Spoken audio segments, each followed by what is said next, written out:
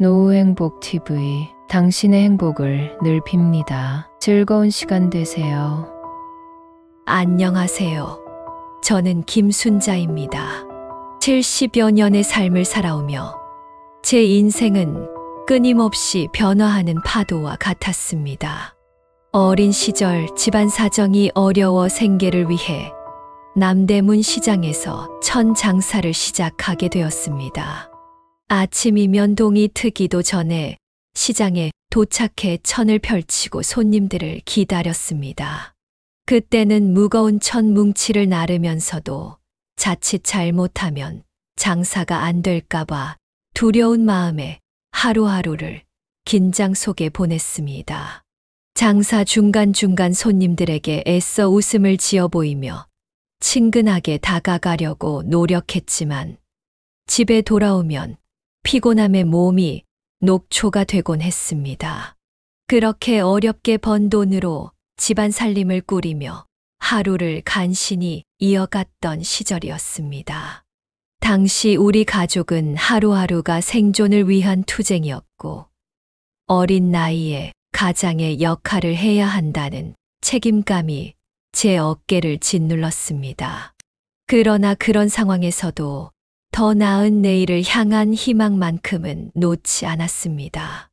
그렇게 작은 장사를 조금씩 키워나가던 중 운 좋게도 외국 바이어와의 거래 기회를 얻게 되었습니다. 그 시절에는 상상도 못했던 큰 돈을 벌게 되었죠. 그 과정에서 저는 사회생활의 기쁨과 어려움을 배웠고 그러던 중 지금의 남편을 만났습니다. 함께 장사를 도우며 우리는 점점 가까워졌고 결국 결혼에 이르렀습니다. 그러나 남편은 가정적인 사람이 아니었습니다.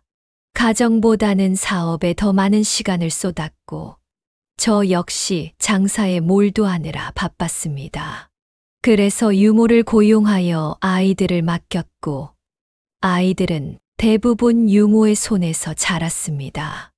아이들과 충분한 시간을 보내지 못한 것에 대한 죄책감이 늘 제 마음 한구석에 남아 있었습니다. 남편과도 대화보다는 각자의 일에 몰두하는 날이 많아 자연스럽게 가족 간의 유대감이 희미해져 갔습니다. 저는 종종 우리 사이에 놓인 거리감을 느끼며 혼자서 외로움을 삼켰습니다. 남편의 무심함이 때로는 섭섭했지만 서로의 삶을 존중하려는 마음으로 표현하지 못한 감정들이 쌓이곤 했습니다. 그런 아쉬움은 아이들에게까지 영향을 미쳐 가족 간의 정서적 연결이 부족했던 것 같아 더욱 안타까움이 남습니다. 그래서 그런지 아이들이 커서도 저희와 함께 있는 상황을 불편해했습니다. 남편은 암에 걸려 결국 투병 끝에 세상을 떠났습니다. 그의 재산은 아이들과 저에게 상속되었고 남편과 제가 각자 사업을 했기에 제게도 따로 많은 재산이 있었습니다. 저는 그 재산을 신중히 관리하며 은행에 예치하거나 부동산으로 바꿔두었습니다. 아이들이 성장해 각자의 길을 가게 되면서 저는 늘 어린 시절 바쁘다는 이유로 아이들을 충분히 돌보지 못했던 미안함이 가슴에 남아 있었습니다. 큰아들은 회사에 다니며 고된 일상을 이어가고 있었고 작은아들은 외국에 정착해 소식을 전하기만 할 뿐 함께하는 시간이 줄어들었습니다. 그래서 저는 두 아들이 좋은 여자를 만나 자신들의 행복을 찾기를 간절히 바랐습니다. 제 마음 한구석에는 그들을 위한 작은 희망과 더불어 한 가족으로서 함께했던 시간을 돌이키고 싶은 바람이 늘 자리하고 있었습니다. 작은 아들은 외국에 나가 결혼 후 자식을 낳고 안정된 삶을 꾸려가고 있었습니다.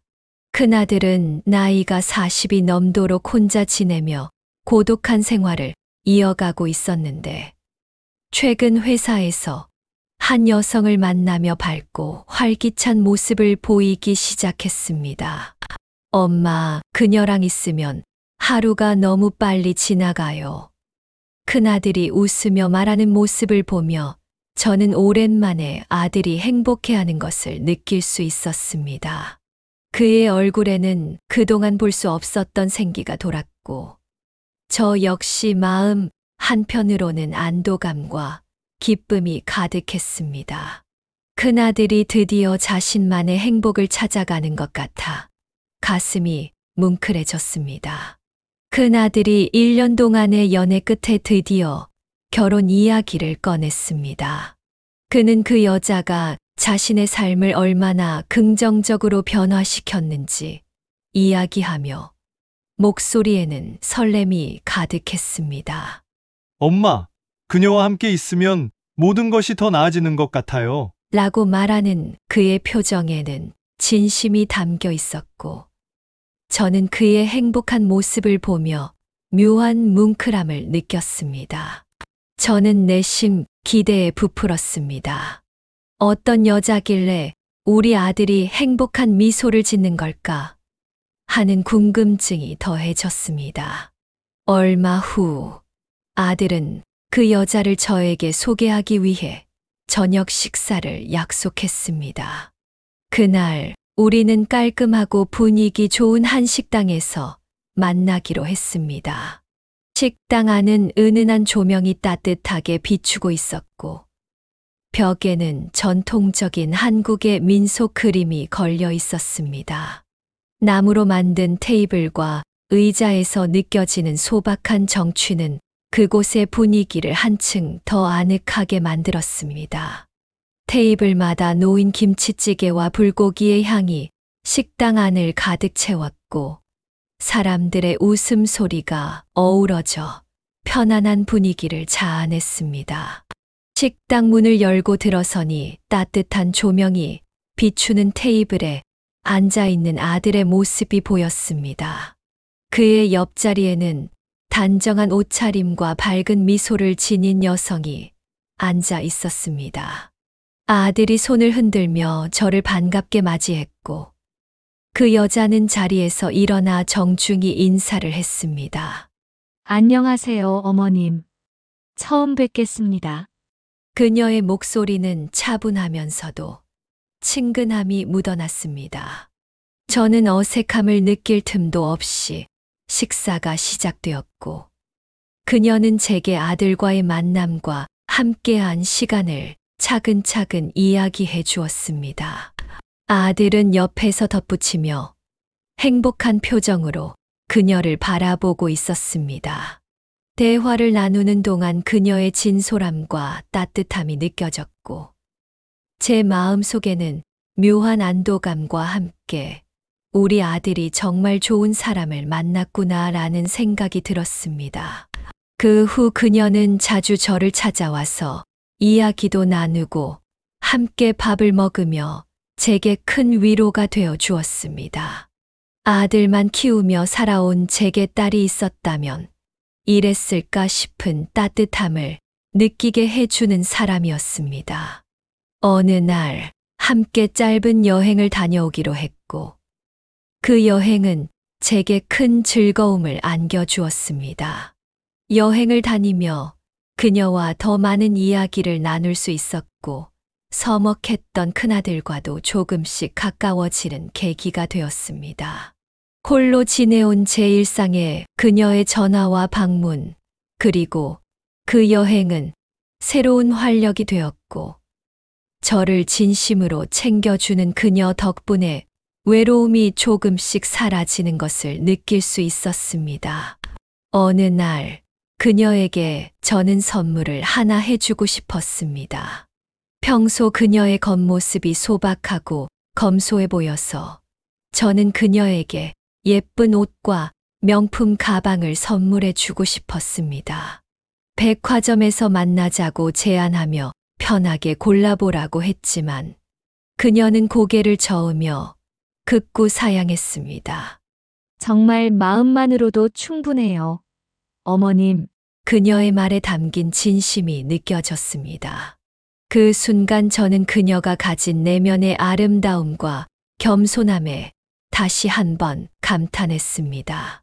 그녀는 저를 진심으로 생각해 주는 사람이라는 확신이 들었고, 그녀와의 만남은 단순한 인연이 아니라 제 삶을 밝게 만들어주는 축복처럼 느껴졌습니다.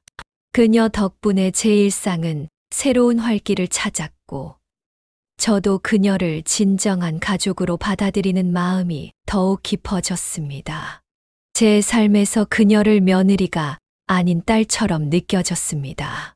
그래서 저는 빨리 결혼식을 올렸으면 하는 마음에 상견례를 제안했습니다. 상견례 자리에서 그녀의 부모님을 만나게 되었고, 두 분은 중학교 교사로서 온화하고 겸손한 모습을 보여주셨습니다. 정갈한 옷차림의 말투는 차분했고, 저와 대화하는 내내 진심 어린 관심과 배려가 느껴졌습니다. 상견례 중 그녀의 부모님은 이렇게 말씀하셨습니다. 우리 딸이 어머님께 잘하겠다고 늘 바랍니다.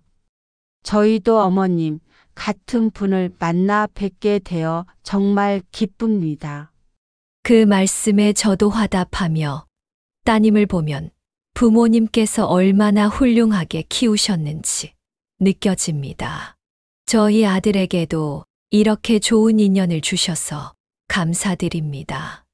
라고 전했습니다. 두 분의 태도와 말씀에서 자식을 얼마나 올바르게 키우셨는지가 느껴졌고, 저는 속으로 정말 훌륭한 분들이구나 라는 생각을 했습니다. 대화 내내 서로를 존중하며 정성껏 의견을 나누는 모습에 이 가족이 얼마나 진실되고 따뜻한 사람들인지 깊이 느낄 수 있었습니다. 상견례를 마치고 집으로 돌아오는 길, 저는 큰아들이 정말 행복한 가정을 이루면서 살겠구나라는 생각에 안도와 기쁨을 느꼈습니다. 상견례를 끝내고 결혼식 날짜를 잡았습니다. 저는 큰아들의 결혼식을 최고로 해주고 싶었습니다. 그래서 웨딩홀부터 드레스, 식사까지 하나하나 세심히 고르고 최고의 선택을 위해 아낌없이 투자했습니다. 웨딩홀은 고급스러우면서도 따뜻한 분위기를 가진 곳으로 예약했고, 드레스와 예복은 아들과 예비 며느리의 의견을 세심히 반영해 가장 비싸고 가장 잘 어울리는 것을 골랐습니다. 우리 아들이 평생 한 번 하는 결혼인데 부족함 없이 해줘야지 라는 생각에 예산도 점점 늘어났지만 저는 전혀 아깝지 않았습니다. 특히 음식을 고르는 과정에서는 직접 맛을 보며 손님들이 만족할 만한 품격 있는 메뉴를 정성껏 선택했습니다. 결혼식 준비는 고된 일이었지만 아들의 환한 미소와 행복한 미래를 생각하며 저는 기꺼이 모든 것을 감당했습니다.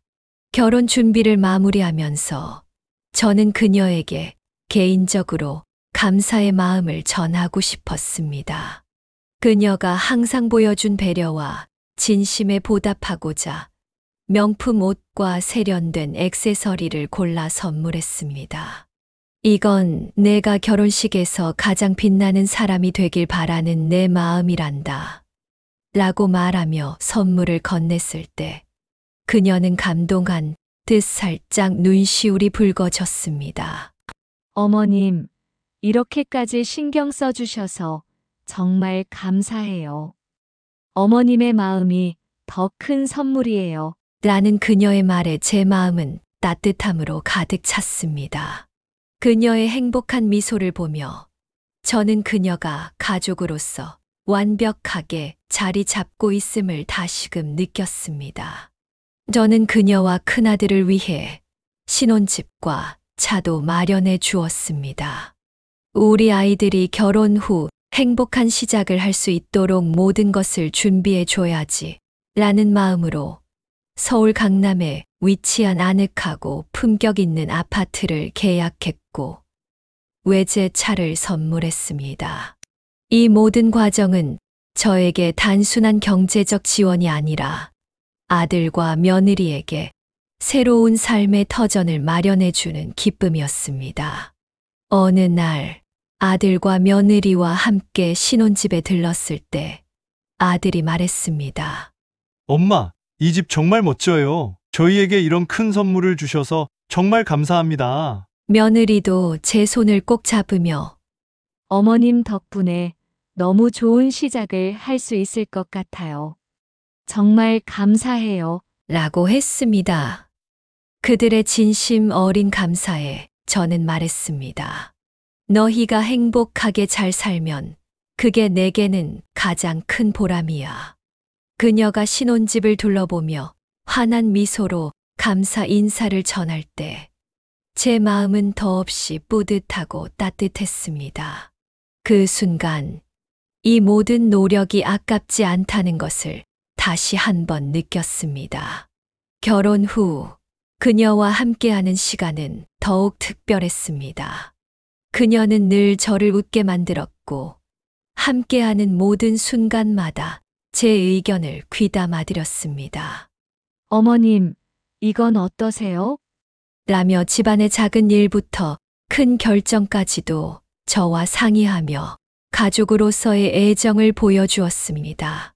결혼 후 어느 날 그녀가 저에게 어머님, 이 옷 중 어떤 색이 가장 잘 어울릴까요? 라고 묻자 저는 내가 가장 행복해 보이는 색이라면 그게 가장 좋단다 라고 답했습니다.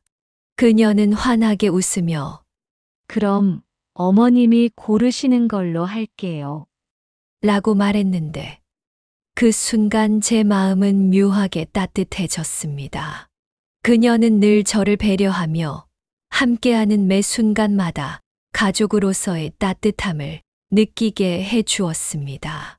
그녀는 가끔 식사 준비를 하며 제가 좋아하는 반찬을 만들어 주곤 했습니다. 어머님, 이 반찬은 어머님이 좋아하신다고 하셔서 특별히 준비했어요. 라고 말하며 환하게 웃는 그녀를 볼 때마다 제 마음은 감동으로 가득 찼습니다. 또한 집안일을 도울 때도 항상 먼저 나서며 어머님, 제가 조금이라도 도움이 되고 싶어요. 라고 말하는 그녀의 진심 어린 태도에 제 일상은 더 밝고 활기차졌습니다. 그녀 덕분에 저는 그녀를 단순히 며느리가 아닌 진정한 딸처럼 느끼며 점점 더 큰 애정을 갖게 되었습니다. 그녀는 제 생일을 기억하고 직접 케이크를 만들어 왔습니다. 케이크 위에는 정성스럽게 적힌 사랑하는 어머님, 생신 축하드려요 라는 문구가 있었습니다. 어머님, 생신 축하드려요. 항상 어머님께 배운 게 많아서 정말 감사드려요. 라는 그녀의 따뜻한 말에 저는 눈시울이 붉어졌습니다. 아들과 함께 준비한 작은 파티는 진심이 가득했고, 그녀가 직접 만든 요리와 따뜻한 케이크 한 조각이 제게 큰 감동을 주었습니다. 오랜만에 진정한 가족의 사랑을 느낄 수 있었고, 그 순간 저는 이 가정이 제게 주어진 가장 큰 축복이라는 생각을 했습니다.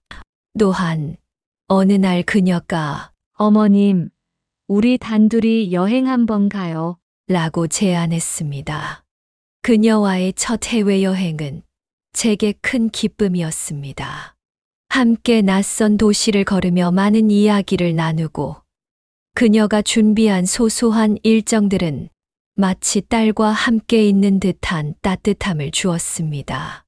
현지 시장을 둘러보며 그녀가 어머님, 이거 너무 잘 어울리실 것 같아요. 라며 작은 액세서리를 골라주는 모습은 제게 또 하나의 행복을 선사했습니다. 그녀 덕분에 제 삶은 점점 더 밝아지고 있었습니다. 그 여행은 단순한 휴식이 아니라 우리 둘만의 소중한 추억을 쌓는 시간이었습니다. 결혼 후 몇 년이 지나 기다리고 기다리던 손자를 얻게 되었습니다. 그녀가 손자를 안고 저에게 다가와 어머님, 우리 가족이 더 커졌어요. 라고 환하게 웃으며 말했을 때 제 마음은 벅찬 감정으로 가득 찼습니다. 손자의 작고 따뜻한 손을 처음 잡았을 때 마치 내 삶의 새로운 시작을 알리는 순간처럼 느껴졌습니다. 그의 첫 울음소리는 집안을 가득 채우며 모두에게 새로운 희망과 행복을 가져다 주었습니다. 저는 손자를 바라보며 이 아이가 우리 가족의 새로운 시작이구나 라는 생각에 깊은 감동을 받았습니다. 손자의 웃음소리는 집안을 가득 채우며 새로운 활력을 불어넣어 주었고 그의 첫 울음부터 첫 웃음까지 모든 순간이 제게는 기적처럼 느껴졌습니다. 그녀는 손자를 정성스럽게 돌보며 어머님, 이 아이는 정말 저희 가족 모두에게 축복이에요. 라고 말하곤 했습니다. 어느 날 손자가 저를 보며 처음으로 할머니라고 불렀을 때 저는 감동의 눈물을 참을 수 없었습니다. 그 순간 제 인생의 모든 고난이 이 작은 생명의 미소로 보상받는 듯 했습니다. 손자를 안겨준 며느리가 너무 고마워서 그녀에게 특별한 선물을 하고 싶었습니다. 깊이 고민한 끝에 그녀 명의로 건물을 넘겨주기로 결심했습니다. 내가 우리 가족에게 준 행복에 비하면 이건 아무것도 아니야 라고 말하며 그녀에게 문서를 건넸을 때 며느리는 눈물을 글썽이며 감사의 말을 전했습니다. 어머님, 정말 이렇게 큰 선물을 주시다니. 어머님의 사랑과 믿음에 보답하고 싶어요. 라고 말하는 그녀의 모습에 제 마음은 더욱 따뜻해졌습니다. 그녀의 진심 어린 반응을 보며 저는 이 결정을 한 것에 대해 깊은 만족감과 뿌듯함을 느꼈습니다. 그렇게 행복한 시간이 영원할 것 같이 느껴지는 생활이 이어지던 중 아들은 저를 찾아와 직장의 월급으로는 자식을 키우기에 부족하다며 사업을 시작하고 싶다고 말했습니다. 엄마, 제가 요리를 정말 좋아하잖아요. 그래서 이번에 작은 레스토랑을 차려보려고 해요. 라고 말하는 아들의 눈빛에는 진심이 담겨 있었습니다. 그는 엄마, 아들이 자라면서 교육비도 늘어나고 더 나은 환경을 만들어주고 싶어요. 지금 이대로는 부족할 것 같아서 사업을 시작하려는 거예요. 라고 덧붙이며 자신의 결심을 전했습니다. 그는 메뉴 아이디어와 레스토랑의 분위기를 이야기하며 자신의 꿈에 대한 열정을 쏟아냈습니다. 엄마가 조금만 도와주시면 제가 열심히 해서 꼭 성공해 보일게요. 라는 그의 간절한 부탁에 저는 한편으로는 걱정이 되었지만 아들의 꿈을 응원하는 마음으로 지원을 약속했습니다. 내가 이렇게 열정적이라니 엄마도 도와주고 싶구나. 최선을 다해서 열심히 해보렴. 이라며 따뜻한 격려를 건넸습니다. 아들은 처음에는 작은 가게를 알아보러 다녔습니다. 저에게 와서 엄마, 이 가게는 어떤 것 같아요? 라고 물으며 의견을 구했습니다. 몇 군데를 같이 돌아다녔지만 제 눈에는 그 가게들이 다소 부족해 보였습니다. 제가 이 가게는 규모도 작고 잠재력이 부족해 보이는 것 같아 라고 말하자 아들도 고개를 끄덕이며 고민에 빠졌습니다. 그러던 중 함께 있던 부동산 업자가 요즘은 한적한 곳에 땅을 사서 건물을 짓고 장사하면 사람들이 맛집을 찾아와 성공하는 경우가 많습니다. 땅을 사서 직접 건물을 지어보는 게 어떨까요? 라고 제안했습니다. 그의 말에 저는 깊은 고민에 빠졌습니다. 아들아, 작은 가게에서 시작해서 고생하느니 내 건물에서 하는 것도 괜찮겠구나. 라고 제가 말하자 아들은 한숨을 쉬며 말했습니다. 엄마, 그런데 지금 우리에게 그런 돈이 없잖아요. 그의 말에 저는 잠시 생각에 잠겼다가 그래도 한번 잘 고민해보자. 가능성을 열어두고 방법을 찾아보자. 라고 답했습니다. 아들은 백방으로 방법을 알아보았습니다. 친구와 지인들에게 조언을 구하며 은행 대출도 알아봤지만 아들이 가진 자금으론 턱없이 부족했습니다. 그는 한숨을 쉬며 엄마, 제가 가진 돈으론 이 사업을 시작하기가 너무 어렵네요. 정말 제 힘으로 해내고 싶은데. 라고 말했습니다. 저는 그의 의지를 존중하며 전적으로 지원해 주고 싶었지만 아들은 엄마, 지금까지도 너무 많이 받았어요.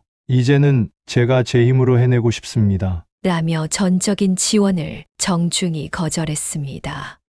그의 고집과 책임감 있는 태도에 한편으로는 안타까웠지만 또 한편으로는 대견한 마음이 들었습니다. 그러던 와중에 며느리가 찾아와 저에게 땅을 사서 건물을 짓는 비용을 지원해 달라고 요청했습니다. 그녀는 눈물을 글썽이며 어머님, 저희 가족이 안정적으로 살아갈 수 있도록 도와주세요.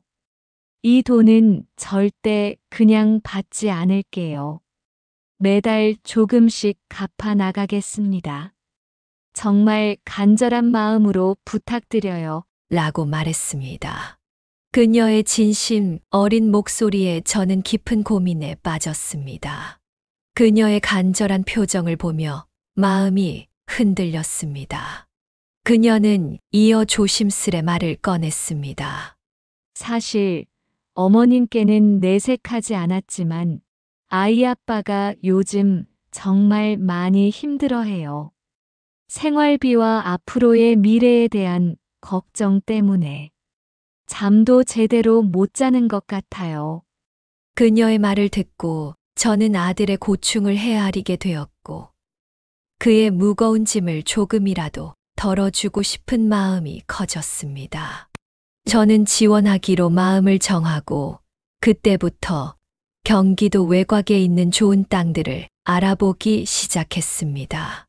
경기도 외곽이라도 땅값이 많이 올라 비쌌지만 아들과 며느리를 위해 최선을 다하고 싶었습니다. 여러 곳을 비교하며 적합한 장소를 찾던 중 부동산 업자로부터 전화가 왔습니다. 좋은 땅이 나왔습니다. 교통도 편리하고 앞으로 가치가 더 오를 가능성이 높습니다.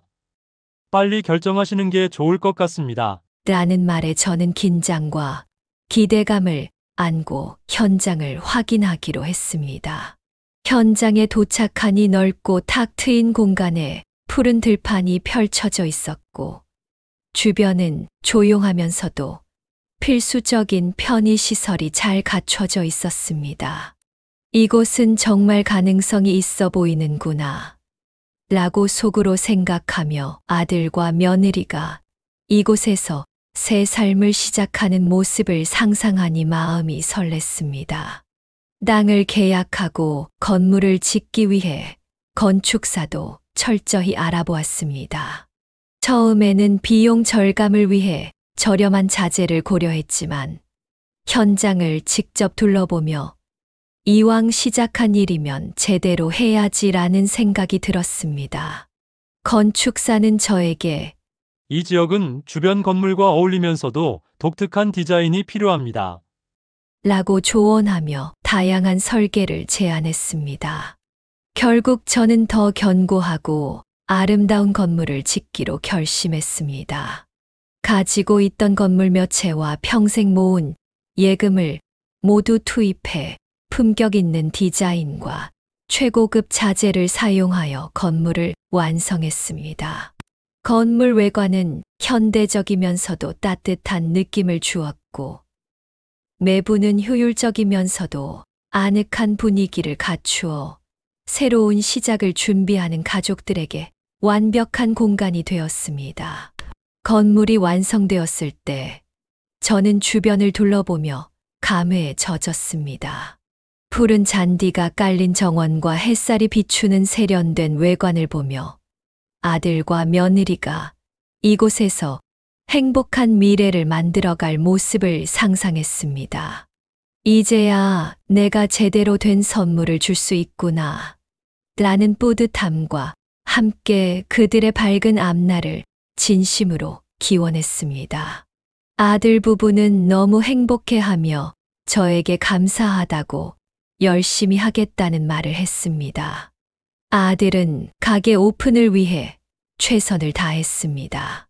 이탈리아 요리를 좋아하는 아들은 이탈리아 식당을 열게 되었고, 직원들을 직접 채용하며 홍보에도 온 힘을 쏟았습니다.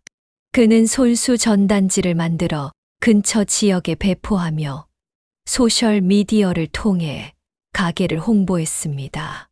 또 매뉴얼을 만들어 직원들에게 철저히 교육을 시키고 메뉴 개발에도 열정적으로 참여했습니다. 그 과정에서 필요한 모든 비용도 저는 아낌없이 지원해 주었습니다. 엄마, 이 정도면 손님들이 만족할 거예요. 라고 말하는 그의 열정적인 모습을 보며 저도 함께 기대에 부풀었습니다. 드디어 식당을 오픈하는 날, 아들과 며느리의 환한 웃음을 보며 제 마음도 벅차올랐습니다.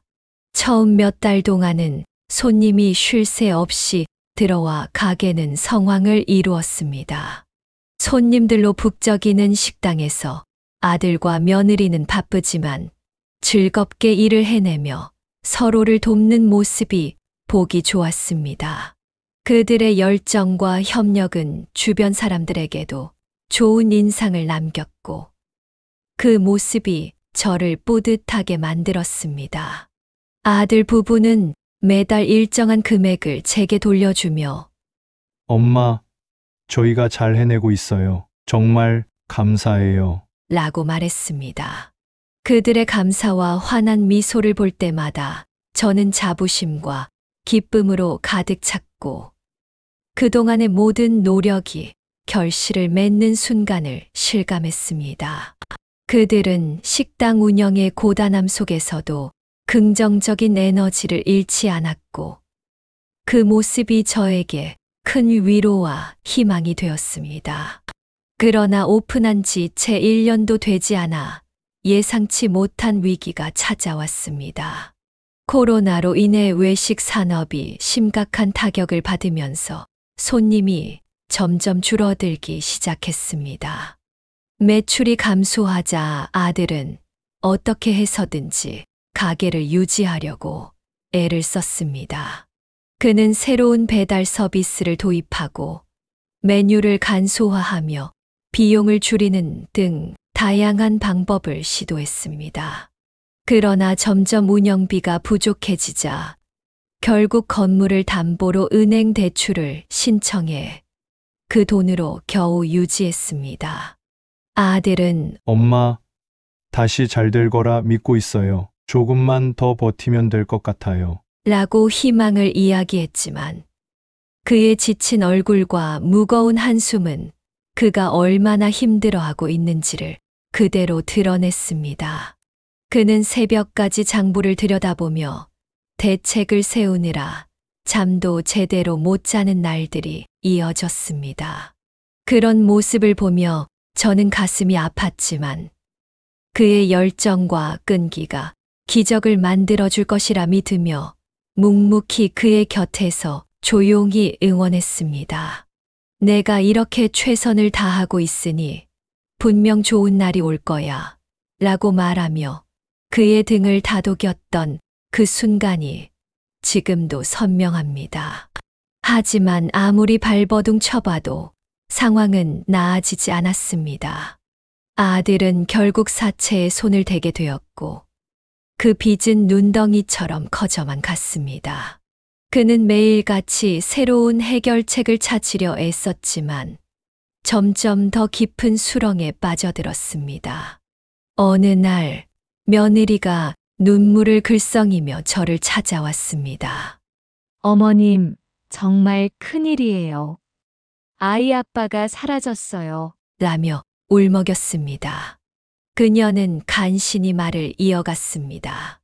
며칠 전부터 연락도 안 되고 집에도 들어오지 않아요. 가게에도 안 나가고 있어요. 그리고 며칠 전에는 사채업자가 집에 찾아와 아이 아빠를 찾으면서 위협적인 말을 했어요. 정말 어떻게 해야 할지 모르겠어요. 그녀의 눈물과 간절한 표정을 보며 저는 심장이 내려앉는 듯한 충격을 받았습니다. 제 머릿속에는 아들이 지금 어디서 어떤 상황에 처해 있을지에 대한 걱정으로 가득 찼습니다. 며칠 후 사채업자가 저를 찾아와서 아들의 빚을 갚으라고 으름장을 놓았습니다. 당장 갚지 않으면 더 큰 일이 생길 겁니다. 라며 협박하는 그의 말에 저는 공포와 분노로 떨렸습니다. 나는 떨리는 목소리로 빚이 얼마냐고 물었고, 그는 거액의 금액을 내밀며 아들이 사라져서 이제 책임이 나에게 있다고 말했습니다. 저는 깊은 고민에 빠졌습니다. 건물을 팔아서 빚을 갚아야 할까? 라는 생각이 머릿속을 떠나지 않았습니다. 며칠 밤을 뒤척이며 여러 가능성을 고민한 끝에 저는 며느리를 불렀습니다. 그녀에게 내가 죽기 전까지 쓰고 유산으로 남겨주려고 했던 건물이야. 하지만 지금은 이게 너희를 도울 수 있는 유일한 방법이겠지. 이 건물을 팔아서 빚을 갚아주마. 라고 말했습니다. 며느리는 눈물을 흘리며 어머님, 정말 죄송하고 감사합니다. 저희가 꼭 보답하겠습니다. 라며 고개를 숙였습니다. 저는 건물을 싼 값에 팔아서 아들의 빚을 갚았습니다. 살고 있는 집도 처분해 아들의 가게를 정리하고 남은 빚을 갚았습니다. 아들의 건물도 경매에 넘어가 싼 값에 거래되었고 은행 빚까지 청산할 수 있었습니다. 사채 빚을 모두 갚았으니 아들도 돌아올 거라고 믿으며 백방으로 그를 찾았습니다. 결국 저는 살던 집을 팔아 아들 집으로 들어가게 되었습니다. 며느리는 처음에는 저와 함께 사는 것을 기뻐하며 어머님, 이제는 저희와 함께 편히 지내세요. 라고 말했습니다. 하지만 저는 안도와 동시에 내 손으로 꾸렸던 삶을 뒤로하고 새로운 환경에서 의지해야 한다는 막연한 불안감도 느꼈습니다. 그럼에도 불구하고 가족과 함께 새로운 시작을 기대하며 마음을 다잡으려 노력했습니다. 드디어 아들이 돌아오게 되었습니다. 하지만 아들의 상태는 예전과 같지 않았습니다. 빚에 허덕이며 겪었던 정신적 고통은 그를 완전히 지치게 만들었고, 그는 매일 술에 의지하며 하루하루를 견뎠습니다. 그런 아들의 모습을 본 며느리는 처음에는 그를 위로하고 도우려 했지만 점점 지쳐갔습니다. 그녀는 점차 저를 대하는 태도도 차갑고 냉소적으로 변했습니다. 어머님, 이런 상황에서 제가 다 감당할 수 없어요. 라고 말하며 며느리는 저를 대놓고 불편하게 대했습니다. 식사 자리에서는 어머님, 왜 아무것도 안 하세요? 저 혼자 다 해야 하잖아요. 라며 짜증 섞인 목소리로 핀잔을 주었고, 집안일에서 작은 문제라도 생기면 저를 탓하며 어머님 때문에 일이 더 힘들어지잖아요. 라고 쏘아 붙였습니다. 심지어 아들이 없는 자리에서는 어머님이 이 집에서 뭐라도 좀 도와주셨으면 좋겠어요. 그냥 앉아 계시기만 하시니 제가 너무 힘들어요. 라며 대놓고 불만을 표현했습니다. 그녀의 말투와 태도는 날이 갈수록 더 냉랭해졌고, 저는 그런 상황 속에서 점점 더 위축되며 숨 쉴 공간조차 찾기 어려웠습니다. 며느리는 저를 피하듯 하면서도 집안일에서 작은 일이라도 생기면 어머님 때문에 일이 다 엉망이 됐어요. 라고 화를 냈습니다. 심지어는 가족 모임 자리에서도 어머님, 조금이라도 도와주시면 제가 이렇게 힘들지는 않겠죠. 라며 다른 가족들 앞에서 면박을 주기도 했습니다. 아들이 없는 날에는 더 심했습니다. 더 이상 저를 가족으로 대하지 않는 듯한 그녀의 태도는 매일 저를 더 큰 외로움 속으로 몰아넣었습니다. 저는 며느리의 이런 행동에 점점 더 위축되었고 매일 같이 느껴지는 고립감은 숨조차 쉬기 어렵게 만들었습니다. 행복했던 며느리와의 순간을 떠올릴 때마다 그 모든 기억이 이제는 아픈 상처로 남아 저를 괴롭혔습니다. 그녀의 따뜻한 말과 행동이 진심이 아니었나 싶어 저는 깊은 배신감과 허탈함에 휩싸였습니다. 자기 전에 저는 예전에 행복했던 며느리와의 순간을 떠올릴 때마다 그 모든 기억이 이제는 아픈 상처로 남아 저를 괴롭혔습니다. 어느 날 방문 밖에서 아들 부부가 크게 싸우는 소리가 들려왔습니다. 며느리는 어머님이 여기 계시는 게 너무 불편해요. 차라리 요양원에 가셨으면 좋겠어요. 라고 차갑게 말했고 아들은 그럴 수는 없어! 어머니를 그렇게 대할 수는 없잖아! 라고 강하게 반대했습니다. 그러나 며느리는 전혀 물러서지 않았습니다. 우리는 남남이잖아. 당신도 그걸 알잖아. 어머님이 계속 여기 계시면 우리 가정은 더 힘들어질 거야. 라며 날카로운 목소리로 매정하게 말을 이어갔습니다. 그 소리를 들으며 저는 숨이 막힐 듯한 충격을 받았습니다. 문 밖에서 벌어지는 말다툼을 듣는 것조차 견디기 힘들었고 그 순간 내 존재가 그들에게 짐이 되고 있다는 사실이 더 이상 부정할 수 없게 다가왔습니다. 그녀의 냉혹한 말들 속에서 제 삶의 자리가 점점 사라지고 있음을 느꼈습니다. 아들의 말투에서조차 확신 없는 무력함이 느껴졌습니다. 그 대화에서 저는 며느리가 아들과 위장 이혼을 했다는 충격적인 사실을 알게 되었습니다. 그녀는 제가 준 건물을 빼앗기지 않으려고 아들과 이혼 서류를 꾸미고 지금 살고 있는 집을 자신의 이름으로 돌려놓았던 것입니다. 며느리는 결국 아들에게 당장 나가. 어머님과 함께 살고 싶으면 당신도 어머님과 요양원에 가.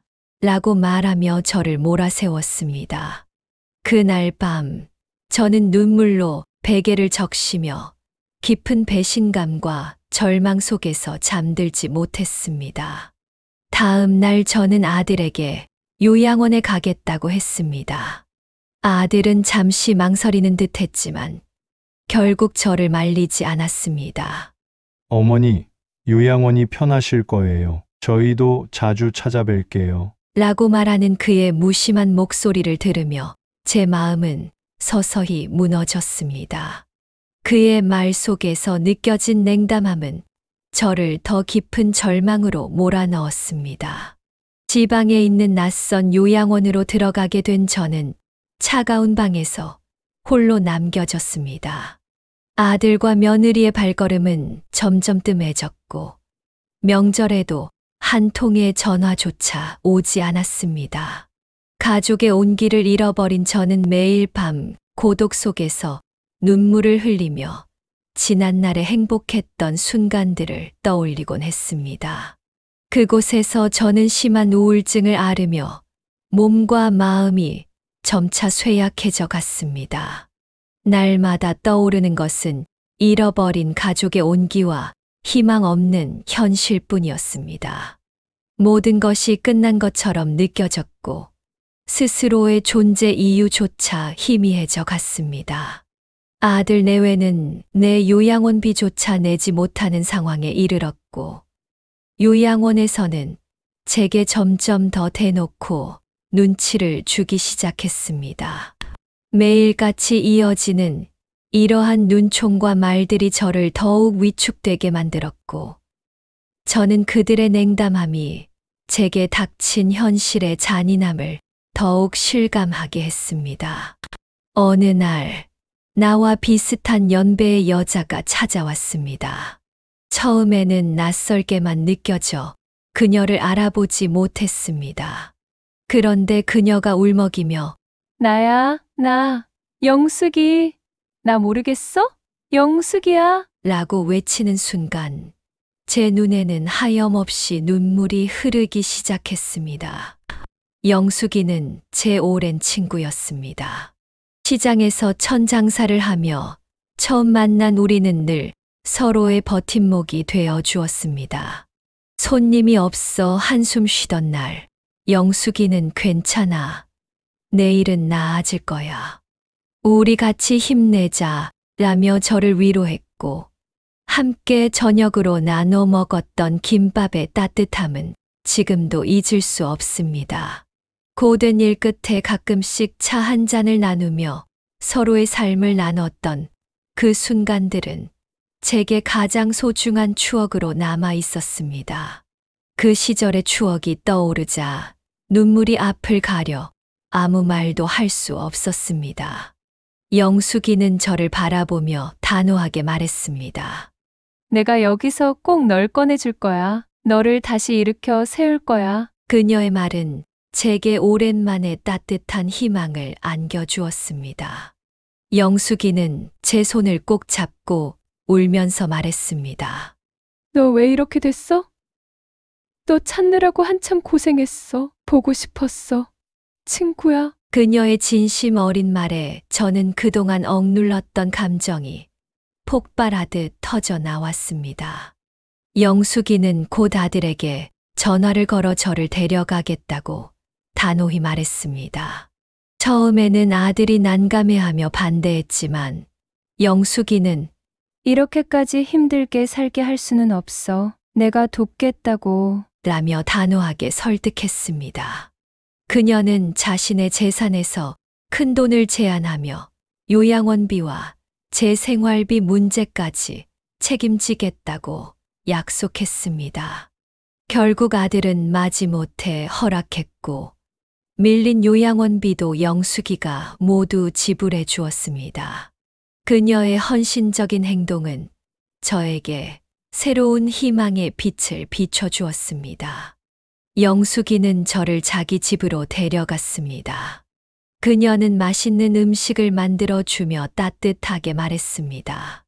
여기서는 이제 아무 걱정하지 말고 편히 쉬어. 우리 함께 다시 시작하자. 그날 저녁 영숙이는 조심스레 지난 시절의 이야기를 꺼냈습니다. 순자야, 기억나? 아버지가 많이 아프셨을 때. 그때 수술을 못 받을 뻔했는데 너가 수술비를 대신 내주었잖아. 우리 집안은 그때 너 덕분에 다시 살 수 있었어. 그녀는 눈물을 글썽이며 이어 말했습니다. 아버지가 수술을 받고 쾌차하신 이후로 우리 가족은 순자 너에게 너무나도 큰 빚을 졌다고 생각하며 살았어. 너가 아니었다면 우리 아버지는 살아계시지 못했을 거야. 라며 영숙이는 제가 왜 이렇게 되었는지 물어보았습니다. 저는 지금까지 있었던 사연을 영숙이에게 털어놓았습니다.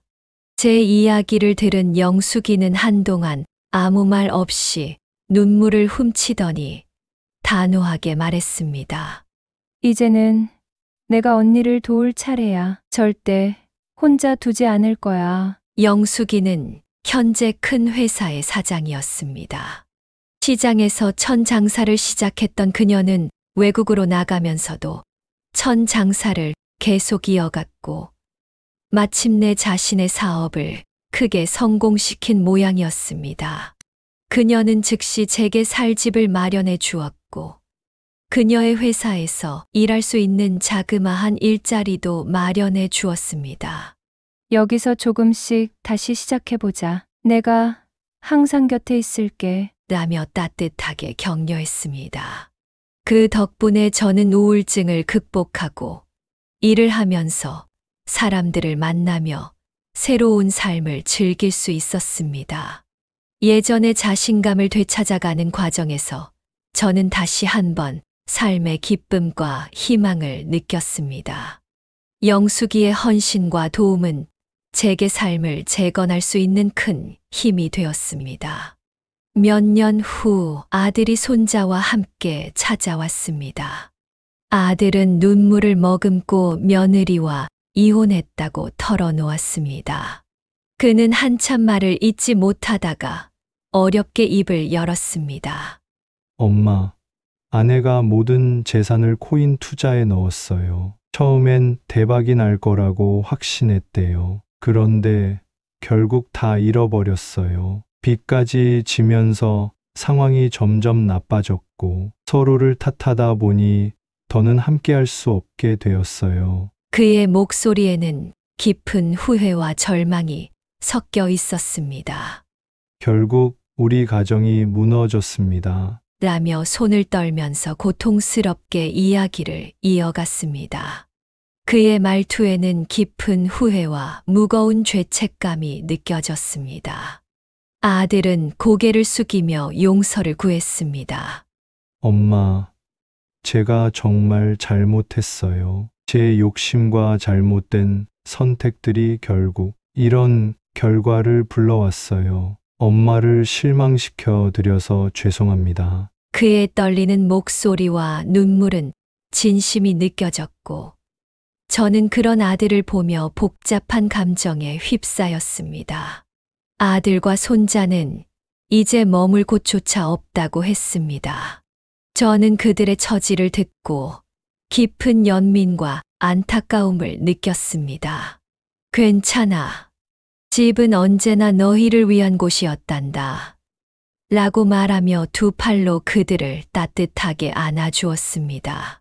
아들을 품에 안으면서 그의 떨리는 어깨와 조용히 흐느끼는 소리가 가슴 깊이 와닿았습니다. 얼마나 힘들었을까 라는 생각에 제 눈에는 눈물이 차올랐습니다. 손자를 보며 잃어버린 시간들을 떠올렸고, 그의 천진난만한 얼굴은 저에게 잊고 있던 희망을 다시 떠올리게 해주었습니다.